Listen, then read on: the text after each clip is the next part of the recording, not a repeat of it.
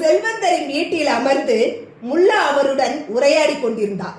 செல்வந்தருக்கு திடீரென ஒரு சந்தேகம் வந்துவிட்டது. முல்லா அவர்களே, விதி என்று மனிதர்கள் கூறுகிறார்களே, அது என்ன என அவர் கேட்டார். நாம் எதிர்பார்ப்பது நடக்காத போது அதற்கு விதி என்று பெயரிட்டு அழைக்கிறோம் என்றார் முல்லா. செல்வந்தருக்கு முல்லாவின் விளக்கம் சரியாக புரியவில்லை. இன்னும் சற்று தெளிவாக இதை பற்றி சொல்லுங்களேன் என செல்வந்தர் கேட்டுக்கொண்டார்.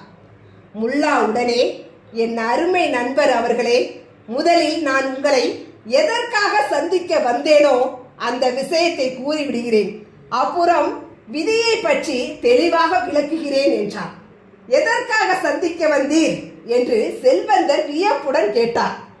எனக்கு 1 கோடி பொன் கடனாக வேண்டும், உங்களை கேட்டு பெறலாம் என்றுதான் வந்தேன் என்றார் முல்லா.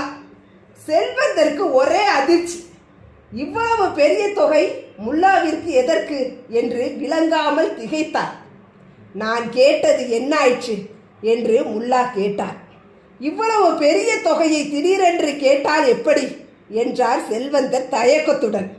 முல்லா சிரித்து கொண்டே, உம்மிடம் கடன் கேட்டால் நிச்சயம் கிடைக்கும் என்ற நம்பிக்கையுடன் உங்களை நான் சந்தித்தேன். உங்களால் பணத்தை கொடுக்க முடியவில்லை அல்லது கொடுக்க விரும்பவில்லை.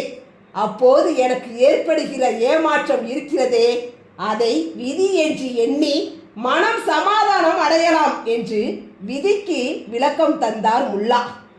பிறகு முல்லா சொன்னார், நான் விளையாட்டுக்காகத்தான் உம்மிடம் கடன் கேட்டேன், நீர் குழப்பமடைய வேண்டாம் என கூறி சிரித்தார்.